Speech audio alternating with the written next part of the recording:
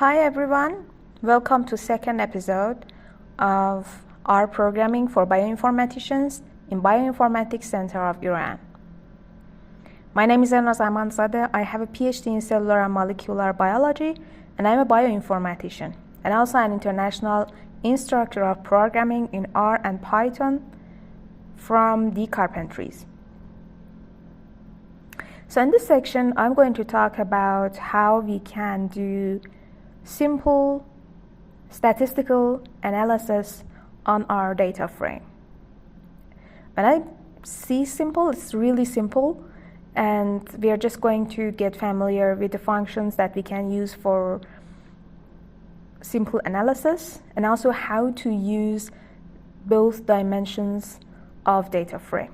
For this, I just want to read the file, the infection file, into a variable called data,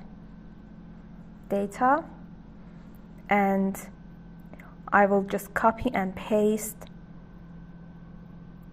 the whole function and directory address in here, and when you run it, it's there. You can check it by viewing the data.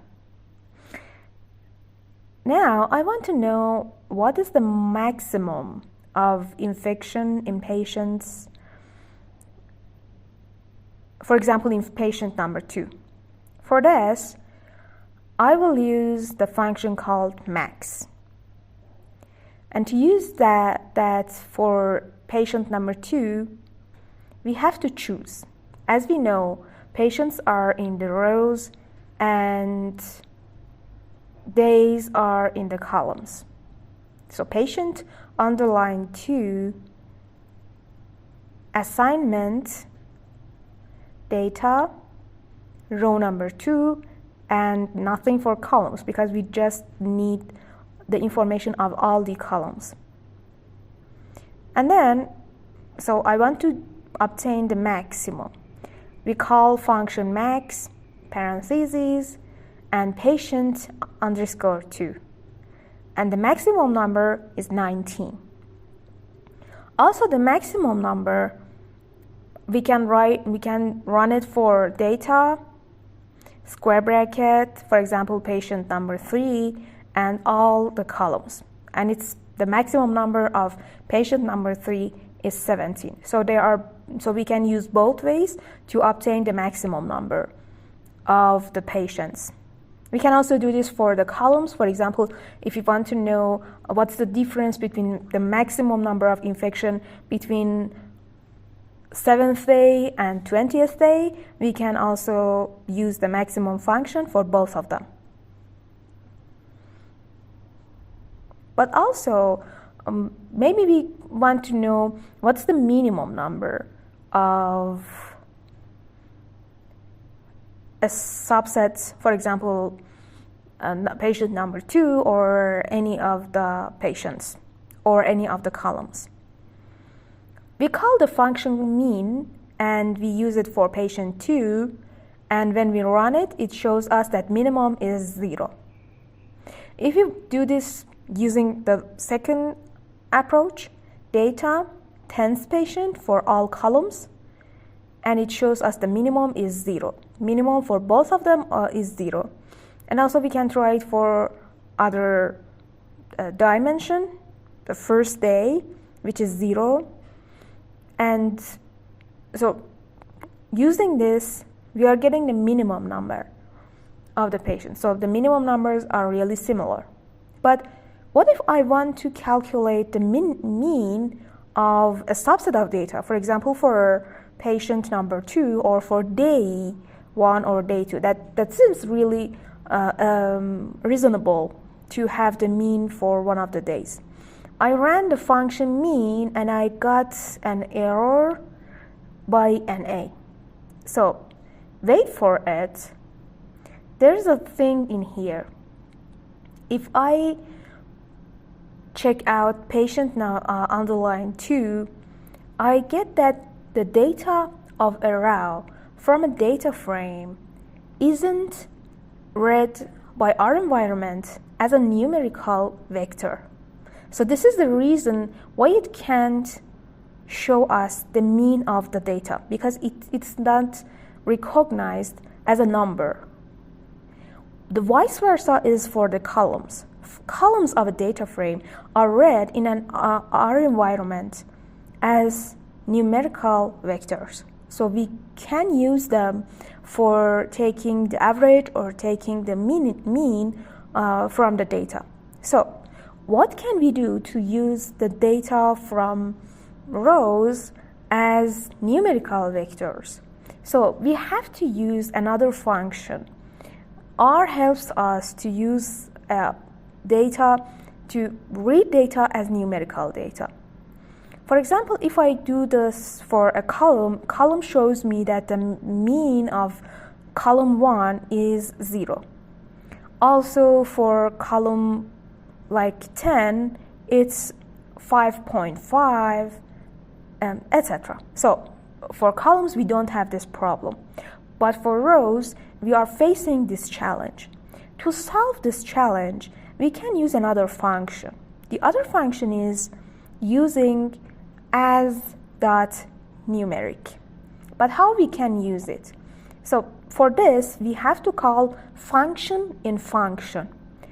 And we have to know that when we are combining two functions with each other, we use the result of first function and put it as the output of first function will be input of the second function. So running mean as numeric patient 2 means that patient 2 data, which is the data of row of number 2 from our data frame, is now, with the help of as numeric, is a numerical data frame. And then we can get the mean. And the mean is 6.1. I also calculated the mean of the first row, data 1. So we can use both methods that we learned to get the data from rows, also to apply as.numeric on them, and also use them for getting the mean of both rows. So it's get easier when we know more functions in R. This is important that you try programming yourself and to get familiar with different functions. But how about we want to have a summarize of a subset of our data frame? So there's a function called summary. In a function called summary, we can determine a subset of our data. I will use it as subset _1, and the assignment as to data square bracket, and for column number, for example, 1 to 4, all the rows of columns 1 to columns 4. So I determine the subset, and then I run it and see that I have several data from 4 columns and all the rows, that is 59 rows. And then I use command summary, oops, I did a mistake, and I use it for subset 1. And when I run it, it shows me different things. When we use summary, it simply shows us factors like the minimum number, the maximum number, the first quadrant, the median, the mean, and the third quadrant of our data. So we have access, so we have a view about the subset that we are making the analysis, or we are making the plots, let's say, or also use it for the more analysis. So this is important for us. And we did it for just columns, right? We selected the columns. Whatever we want to select and find out what is the maximum number of infections from several patients as a subset from our data. Can we do this? Can we go to the second dimension of our data frame and use summary for that? Of course. But First of all, we need to use a function called apply. I'm going to show you a bit about apply. For this, I will use the definition of margin because as you know, data frames are a two-dimensional data frames or data types. And dimension 1 or margin 1, margin equal to 1 means rows, and margin equal to 2 means columns for apply function and for others. But for apply function, margins and determination of margins is necessary. It's one of the arguments of apply function, and it's one of the necessary arguments. So how we should know when we use a function that which argument is necessary and which is not. So let's take a look at it, right? Because we want to know if I'm using a function and I have an example code, but I want to know more information about that function, how I can do this. So for this, first of all, I am defining a new variable called average infection, but also I want to specify that I want it for the patient. So I want to select rows, or another name of it is margin 1, right? Apply. So first of all, and before running it, as I said before, I want to know what's the apply function arguments. So we run function help and we put the name of function apply there. So what it returns to us is that apply function returns a vector or array or list of values obtained by applying a function to margins of an array or matrix. And the necessary arguments are x, that x is an array or a matrix, margin, so margin is necessary to determine, and the function that we want to use. The function could be max, could be min, could be mean, etc. And also optional arguments for function that we want to determine for the specific functions. But these are the necessary, arguments for this function. And simplify is a logical indicating that if the results should be simplified and then show them or not. So for apply, the first argument is the data frame or the array. So data, margin 1, we don't have to every time write margin. We just put the number 1. So it knows that we mean margin 1 and function mean. And we don't have to put a parenthesis in front of the mean. And average infection patient, we have the results. We have the results of each patient that we are analyzing in here. But if I change average function patient to average function day and use it for columns using margin 2, it also takes the mean of each column and shows us the results by the names of the columns. As we said before in the first episode, it's the data frame doesn't have row names, but it has and includes the column names.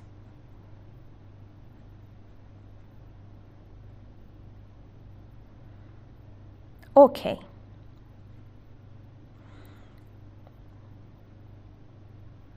So the second thing is that we want to argue about in this episode is how to visualize our data. And I'm going to use it up. Oops, I just forgot. I prepared the videos in Persian, and then I put the voice of English in there. So no worries about the source of the video. This is me, and I just have to see what's going on in the video and show the instructions. But the similar way to get means of rows and columns is the use of functions rowmins and colmins. That is the similar way to get the means of rows and columns. And you can run help rowmins and colmins and see what are the arguments, like the number of row, the number of column, or the range of the row and range of the column, and you can see what are the results. So the next part is visualization of data.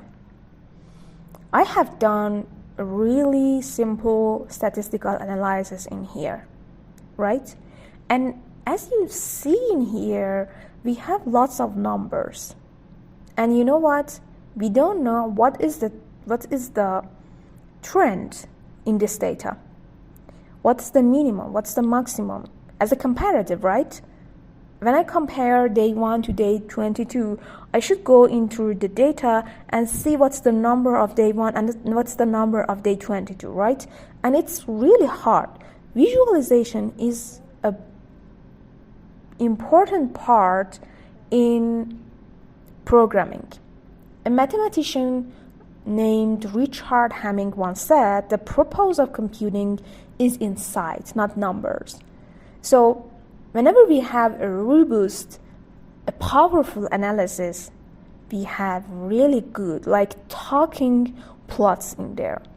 And for having these plots, the simpler way to plot plots is the use of function plot for our data. Function plot simply gives us scatter plots about our data and shows us how our data is increased and decreased, for example, in the patients or in the days that we are taking care of infectious disease.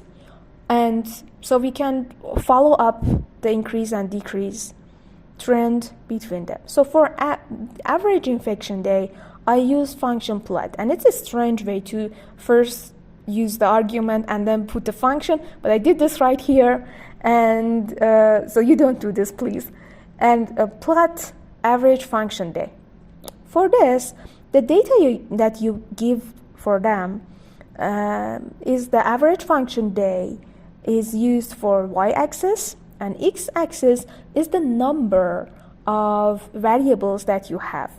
And the number and the number of variables that you have shows that there's an increase until day 20 and then decrease until day 40. So right now we know that between day 1 and day 10 we have an increasing process, an increasing level of infection, and between day 30 and day 40 we have a reduction in the infection levels.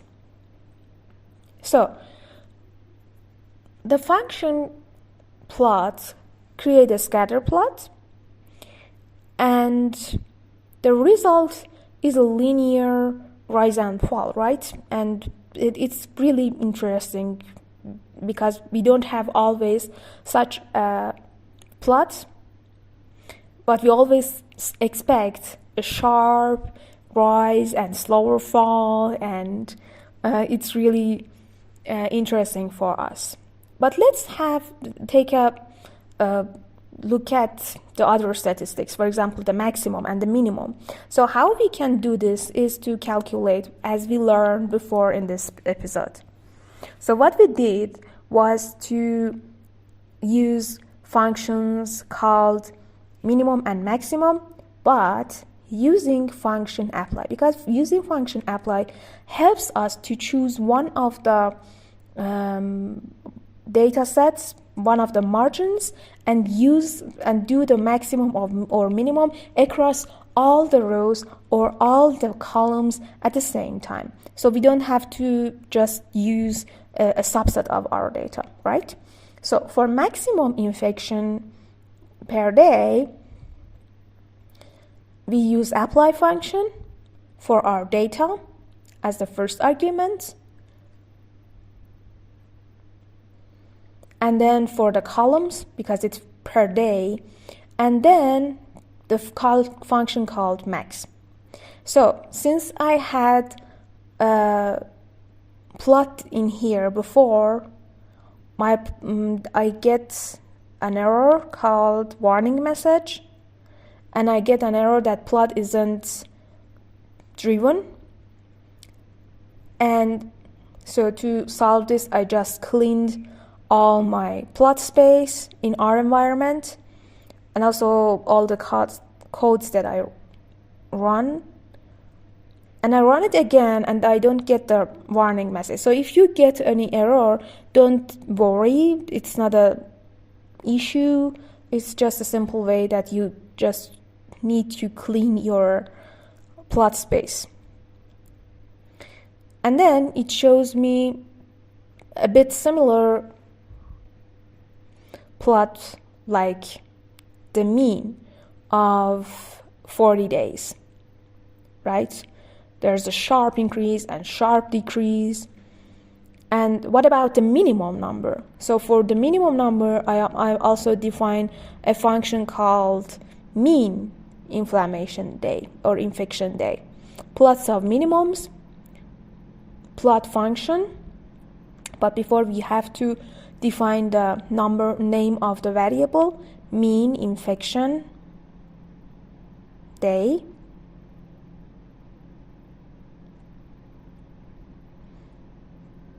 Apply data to and mean.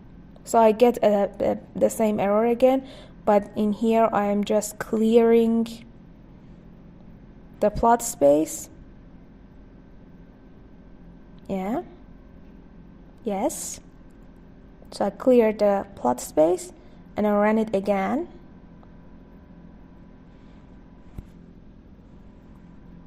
So the function is running, and then use the function plot, but just replace maximum with mean, and then plot it.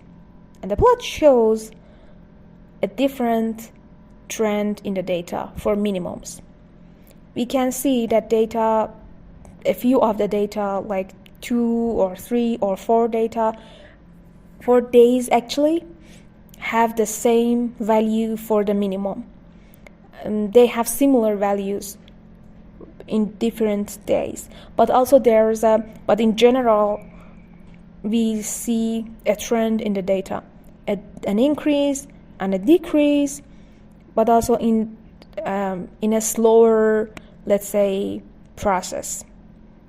For example, if we have a decrease between 20 and 21st day, the decrease continues from 21st to 24th day, right? Because they have the similar numbers. So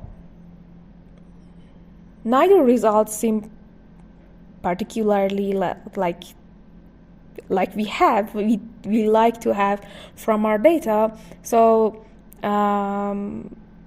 there's a, let's say, a strange thing about this data, and since this is an example data, it's, let's say, natural to have this trend in our data. So let's take a look at them in the next episode, right? Subscribe to our channel and let's meet in the next video. Thank you.